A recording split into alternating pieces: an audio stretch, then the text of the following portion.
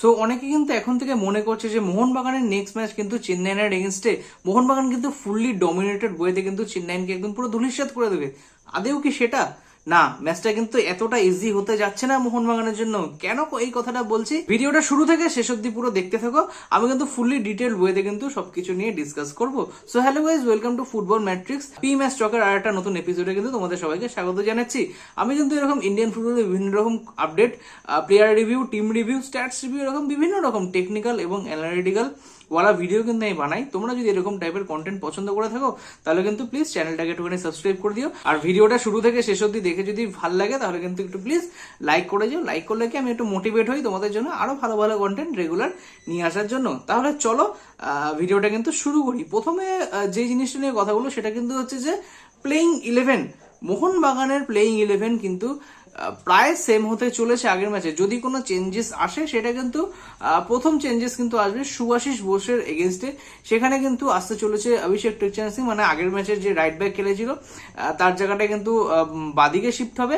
আর কিন্তু এমআই রানাওয়ার্ডে কিন্তু ডেবিউ করতে পারে মোহনবাগানের জার্সিতে আগামীকাল।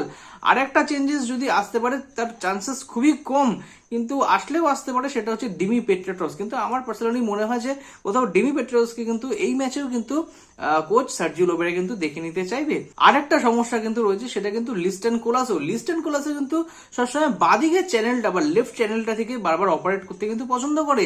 কিন্তু আগের ম্যাচে দেখলাম যে কোথাও কোচ সার্জিও লোবেরা তাকে তার একদম মানে অপরিচিত জায়গায় কিন্তু তাকে ঠেলে দেয়, মানে তার ডান দিক থেকে কিন্তু অপারেট করতে বলে, যেখান থেকে কিন্তু মনবীর সিং কিন্তু অপারেট করে। আর ইভেন রবসন রবিনো কিন্তু ডান দিক থেকে কিন্তু অপারেট করে, তাকে কিন্তু তার একদম অপোজিট পজিশনে বাঁ দিক থেকে কিন্তু আগের দিন অপারেট করেছিল। তো এটা দেখার বিষয় আছে। ঠিক আছে, প্রথম ম্যাচ তো ছিল মোহনবাগানের এগেইনস্টে, আর সব থেকে বড় কথা যে একটা প্লাস পয়েন্ট তো এসেছিল, মানে ম্যাচটা তো জিতে ফিরেছিল, তাও অতটা কোনো সমস্যা কিন্তু হয়নি। তো দেখা যাক এই ম্যাচে সার্জিও লোবেরা কিভাবে তার টিম সাজায়, আর কোনো চেঞ্জেস আদৌ এই টিম থেকে করে নাকি।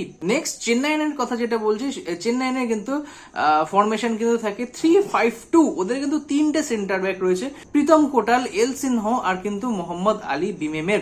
এই তিনটে সেন্টার ব্যাক প্লাস তাদের যে মিডফিল্ডে যে একজন রাইট মিডফিল্ডার রয়েছে, একজন যে লেফট মিডফিল্ডার রয়েছে, তারা কিন্তু অ্যাজ এ ফুল ব্যাক হিসাবেও কিন্তু মাঝে মাঝে অপারেট করতে নেমে আসে। তার মানে বলা যায় এটাই ভালো যে কোথাও 5টা ডিফেন্ডারের লাইন নিয়ে কিন্তু চেন্নাই কালকে খেলতে নামবে। এবার এই কথাটাই আসে যে কোথাও গেম প্ল্যান, এটা কিন্তু সব থেকে মোস্ট ইম্পর্টেন্ট কিন্তু জায়গা। মোহনবাগানের গেম প্ল্যান মোটামুটি আমরা সবাই জানি কি হতে চলেছে, কিন্তু মোহনবাগানের জিনিসটাকে নিয়ে আমরা পরে ডিসকাস করব। আগে কিন্তু ডিসকাস করব চেন্নাইয়ের গেম প্ল্যানটা নিয়ে, কারণ এটা কিন্তু মোস্ট ইম্পর্টেন্ট। সেটা হচ্ছে চেন্নাইয়ের আগে যে ম্যাচটা খেলা হয়েছে বা ক্লিফোর্ড মিরান্টা যেইভাবে তার টিমকে খেলিয়েছে, একটা জিনিসই খুব ভালোভাবে দেখা গেছে, সেটা হচ্ছে চেন্নাইয়ের ডিফেন্সিভলি কিন্তু যথেষ্ট ভালো। আগের ম্যাচে কিন্তু গোলটা কিন্তু ওন গোল ছিল।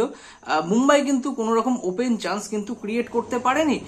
একটা মানে ব্যাড লাকের জন্য কিন্তু বলটা গোলে জড়িয়ে যায়, সো সেখানে মুম্বাই অ্যাডভান্টেজটা কিন্তু পেয়ে যায়। কিন্তু নো ডাউটলি কিন্তু চেন্নাই আগের দিন অনেক ভালো কিন্তু ম্যাচ খেলেছে। হ্যাঁ, তার কিন্তু অ্যাটাকে অতটা ধার নেই। আই রিপিট, তার কিন্তু অ্যাটাকে অতটা ধার নেই।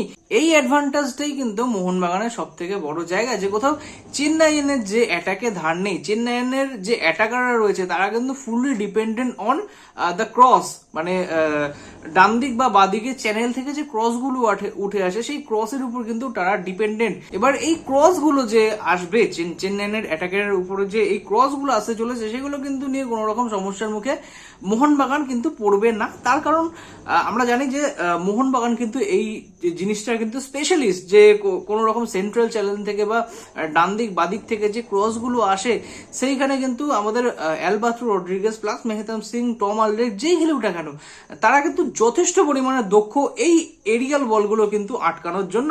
সো সেখানে কতটা চেন্নাই সাকসেসফুল হবে আই ডোন্ট নো, বাট তাদের কিন্তু মূল উদ্দেশ্যটা কিন্তু ওই ক্রস থেকেই। তাদের কিন্তু কোনো রকম সেই ক্রিয়েটিভিটি কিন্তু নেই, না মাঝমাঠে আছে না ফরওয়ার্ডে আছে, যে ক্রিয়েটিভিটির মাধ্যমে কিন্তু মাঝমাঠ থেকে বল একদম বানিয়ে নিয়ে আমরা ফরওয়ার্ডে গিয়ে খেললাম, সেই রকম কিন্তু নেই। তাদের কিন্তু মোটামুটি লং বল থিওরিতে বিশ্বাসী, আর কিন্তু ডান দিক থেকে বাদিক থেকে কিন্তু ক্রসের উপর বেশি বিশ্বাসী।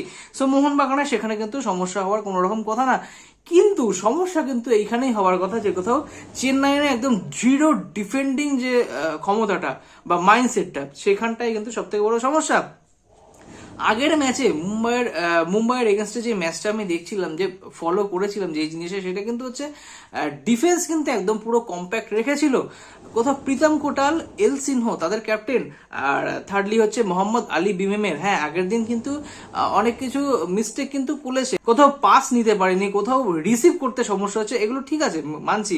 বহুদিন পর মানে অন্যান্য জায়গা থেকে প্লেয়ার এসে একটা টিমে অ্যাসেম্বল হয়ে প্রথম ম্যাচ খেলছে, এই সমস্যাটা কিন্তু হতে পারে। কিন্তু সেই ম্যাচটা কিন্তু মোটামুটি 5-6 দিন হয়ে গেছে।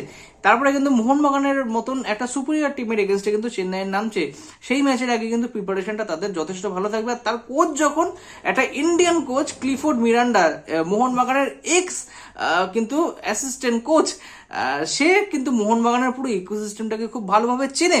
সো কোথাও ক্লিফোর্ড মিরান্ডা কিন্তু এই জায়গাটায় কিন্তু সব থেকে বড় ভূমিকা নিতে পারে, যে কোথাও ডিফেন্সিভলি যথেষ্ট ভালোভাবে ওয়ার্ক করা, মোহনবাগানকে আটকে দেওয়া তাদের ঘরের মাঠে। অ্যাটলিস্ট চেন্নাইন যদি এই ম্যাচটা থেকে 1 পয়েন্টও নিয়ে যদি ফেরে, তাহলে কিন্তু তাদের কাছে এটা জেতার চাইতে বড় কিছু না। এটা কিন্তু মোটামুটি কোচ, তার টিমমেট সবাই কিন্তু এই জিনিসটা জেনে, যে কোথাও মোহনবাগানের এগেনস্টে যদি কোনো রকম ভাবে ড্র করে নিতে পারে তারা, তাহলে কিন্তু এটা তাদের কাছে জেতার সমান। সো কালকে কিন্তু এই জিনিসটাই কিন্তু চেন্নাই ভরে ভরে চেষ্টা করবে।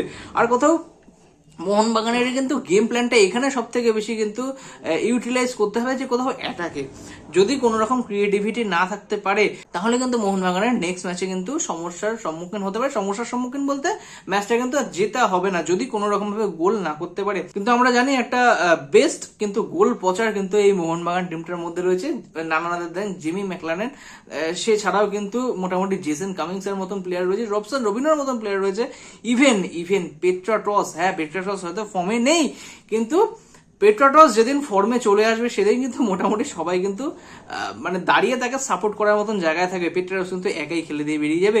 সো আমরা জানি পেট্রাটসের খেলা তো আমরা মোহনবাগানের জার্সিতে দেখেছি, পেট্রাটস কতটা ভয়ঙ্কর হতে পারে। সো আমরা এটাই আশা করবো যে কোথাও পেট্রাটস বা পুরো মোহনবাগান টিমটা তাদের ফুল শেপে কিন্তু ব্যাক করুক। মোটামুটি যারা অফ ফর্মে এখনো পর্যন্ত রয়েছে তারা কিন্তু ফর্মে ফিরুক, কারণ এই সিজনে 2 প্রধানের মধ্যে যে কোনো এক প্রধান কিন্তু চ্যাম্পিয়ন হতে চলেছে, এটা মোটামুটি এখন থেকে কিন্তু বোঝা যাচ্ছে।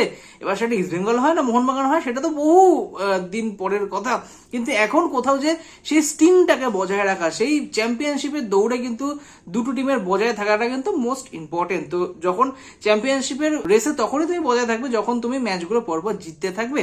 সো মোহনবাগানের এগেনস্টে যে কালকে চেন্নাইয়ের যে গেম প্ল্যানটা থাকবে, সেটা কিন্তু এটাই যে কোথাও মোহনবাগানকে কিন্তু ডিফেন্সিভলি পুরো ফুল দমে কিন্তু আটকে দেওয়া, যাতে তারা কোনো রকমের গোল মুখ কিন্তু ওপেন না করতে পারে। আর মোহনবাগানে কিন্তু তার এগেনস্টে কিন্তু সব রকম গেম প্ল্যান কিন্তু তৈরি করতে হবে, যে কিভাবে চেন্নাইয়ের এই কিলাটাকে কিন্তু ভেদ করা যায়। এটা মোটামুটি কোচ সার্জিও লোবেরা কিন্তু খুব ভালো মতন ভাবে জানে, তাদের কিন্তু বোঝাতে হবে না। আর মোটামুটি এই জিনিসটাই কিন্তু সব থেকে বড় কনসার্নিং পার্ট। সো ম্যাচটা কিন্তু অতটাও ইজি হবে না, যথেষ্ট কিন্তু টাফ হতে চলেছে। তার কারণ হচ্ছে চেন্নাইয়ের যে ডিফেন্স লাইন রয়েছে, ডিফেন্স লাইন কিন্তু যথেষ্ট পোক্ত। আগের দিন কিন্তু তারা কিন্তু গোলমুখ ওপেন করেনি, তাদের কিন্তু নিজেদের একটা ভুলের জন্য, ভুলও বলবো না, বলটাকে জাস্ট কিন্তু ক্লিয়ার করতে গেছিল, কিন্তু আনলাকিলি সেটা কিন্তু গোলের মধ্যে চলে যায়। এটা কিছু করার থাকে না, অনেক ওন গোল এরকম থাকে যেগুলো তো কেউ ওন গোল তো কেউ ইচ্ছা করে না। সো এই জায়গাটা কিন্তু সব থেকে বড় প্লাস পয়েন্ট কিন্তু চেন্নাইয়ের জন্য। আর এই জায়গাটা কিন্তু খুব বড় সাবধান থাকতে হবে মোহনবাগানের জন্য নেক্সট ম্যাচ। তো এটাই তো প্রবাবল চান্স এটাই রয়েছে, কোথাও মোহনবাগান কিন্তু নেক্সট ম্যাচ কিন্তু ফুললি বইতে ডমিনেটেড করে কিন্তু চেন্নাইকে তাদের ঘরের মাঠে পাঠাবে, আর 3 পয়েন্ট কিন্তু কালকে আর্ন করবে। কিন্তু মানে যেই জিনিসগুলো কনসার্নিং পার্ট সেগুলো কিন্তু না বললেই নয়, তার জন্য কিন্তু আমি এই ফুল ভিডিওতে কিন্তু আমি সেই জিনিসগুলো কিন্তু ডিটেলসে কিন্তু আলোচনা করলাম। সো ব্যাস, তোমাদের কি মতামত তোমরা একটুখানি কমেন্ট সেকশনে জানিও। আর ভিডিওটা যদি এতটা দেখে থাকো তাহলে প্লিজ একটুখানি লাইক করে দিও। তোমাদের কেমন লাগলো ভিডিওটা সেটাও কিন্তু সেই মতামতটাও জানাতে কিন্তু ভুলো না। তো চ্যানেলে যদি প্রথমবার এসে থাকো চ্যানেলটাকে একটুখানি সাবস্ক্রাইব করে দিও। তো ভিডিওটা আজকে এখানেই শেষ করছি, দেখা হবে পোস্ট ম্যাচ স্টকের ভিডিওতে। নেক্সট যে মোহনবাগানের ম্যাচটা রয়েছে, মোহনবাগানের ম্যাচের পরে কিন্তু আমি অবশ্যই ভিডিও নিয়ে আসবো পোস্ট ম্যাচ টকের কিন্তু এপিসোডে, কিন্তু ম্যাচটাকে নিয়ে কিন্তু ফুললি ডিটেলস বইতে কিন্তু আলোচনা করব। তো চলো আজকের জন্য এটুকুই, ততক্ষণের জন্য শুভরাত্রি, দেখা হবে পরের নতুন ভিডিওতে। Till then, tata.